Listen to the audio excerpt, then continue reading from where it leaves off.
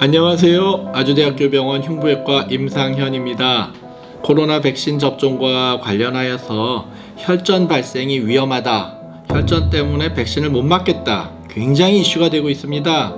정말 이러한 것이 문제가 되는지, 또 우리가 일상생활에서는 혈전이 어떻게 나타나는지, 얼마나 나타나는지, 오늘은 그러한 것들에 대해서 풀어보는 시간을 갖도록 하겠습니다. 첫 번째 질문을 한번 펴보도록 하겠습니다. 요즘 뉴스를 보니 아스트라제네카 백신이나 얀센 백신을 맞으면 혈전이 생길 수도 있다는 말이 있던데, 대체 혈전이 정확히 무엇인가요? 왜 위험하다고 하는 건지 궁금합니다. 혈관 안에 피가 굳어지는 것들, 그 조각들을 우리가 혈전이라고 표현합니다.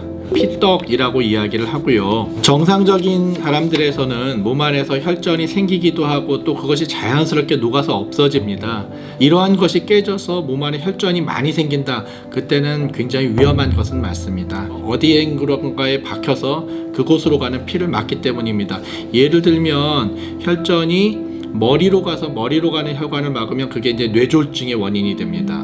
혈전이 다리로 간 혈관을 막으면 발끝이 썩게 되기도 합니다. 발병률은 인구 1000명당 대개 0.8에서 1명 정도는 발생하는 것으로 되어 있습니다. 생각보다 굉장히 혈전증이 많이 생긴다고 생각하시면 됩니다.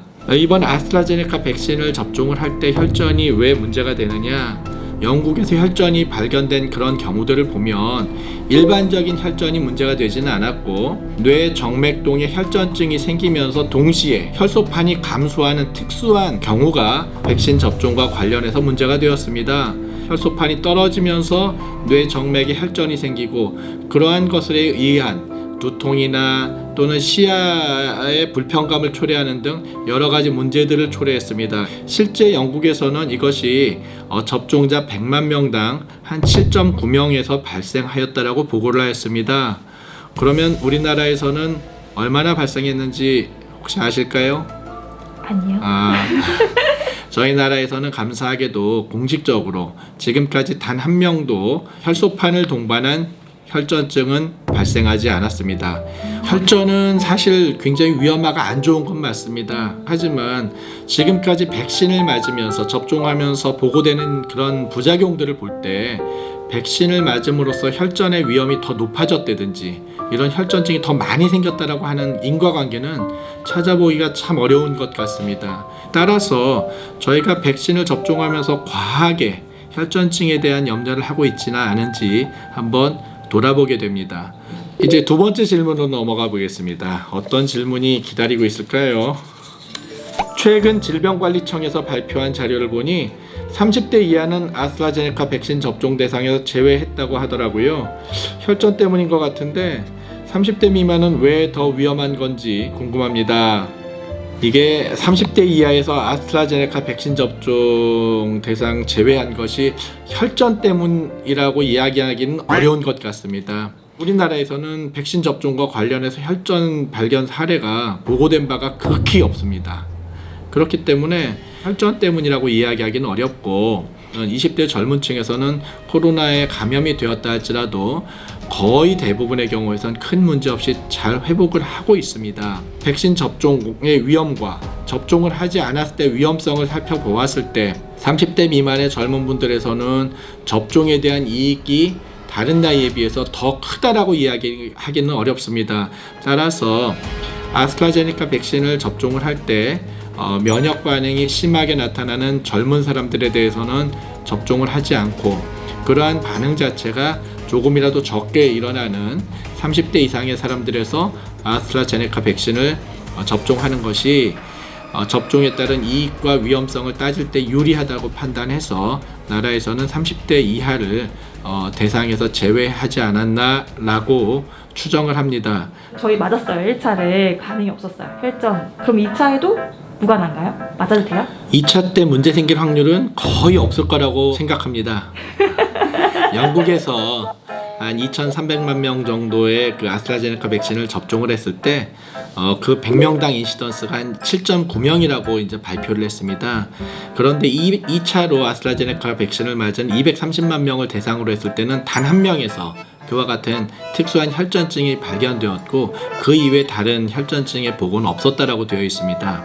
따라서 1차를 무사히 마친 분들의 경우에는 2차 때 그러한 문제가 발생할 가능성은 지금까지의 근거로 봤을 때는 거의 없을 거라고 생각하는 것이 맞습니다. 그럼 저희 안심하고 맞아도 되겠네요? 예, 저희 가족이라면 당연히 안심하고 맞으시라고 권할 겁니다. 다음 세 번째 질문이 되겠습니다. 안녕하세요 교수님. 이전에 심근경색으로 수술을 한 적이 있습니다. 한 번 막힌 핏줄은 또 막히기 쉽다던데 백신 맞아도 괜찮을까요? 야, 이분은 어떻게 제가 심장 수술하는지 알고 이런 질문을 하셨네요. 예, 백신 맞아도 됩니다. 아시는 것처럼 어떤 기저질환이 있는 분들의 경우에는 코로나 감염이 되면 훨씬 더 안 좋은 것으로 되어 있습니다. 따라서 당뇨, 고혈압, 신부전증 이와 같은 기저질환이 있는 분들의 경우에는 보다 더 적극적으로 백신을 접종하는 것을 권해드립니다. 지금 질문 주신 분 같은 경우에는 심근경색증으로 수술을 하셨기 때문에 아마 아스피린과 같은 항혈전제를 복용하고 계실 겁니다. 혈전이 생기지 않도록 막아주는 약이죠.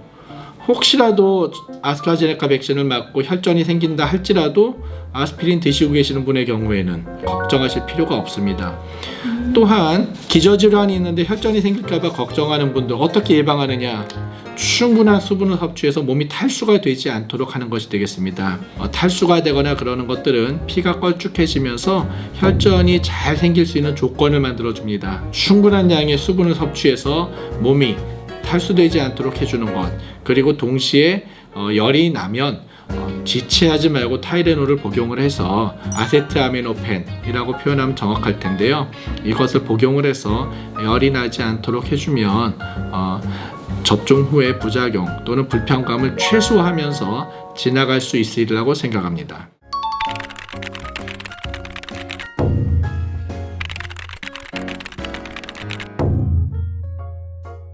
나라에서 이와 같은 백신을 접종을 하라고 권하고 할 때에는 뒤에 충분한 의학적인 판단과 검증을 거쳐서 권한다라고 생각을 합니다. 따라서 우리들이 백신을 맞을 기회가 주어진다라면 두려워하지 말고 접종을 하시는 것들, 이러한 것들이 지금과 같은 코로나 팬데믹을 빨리 끝내고 우리의 삶을 정상으로 돌릴 수 있는 지름길이 아닐까 생각합니다. 자, 여러분 모두 건강하세요.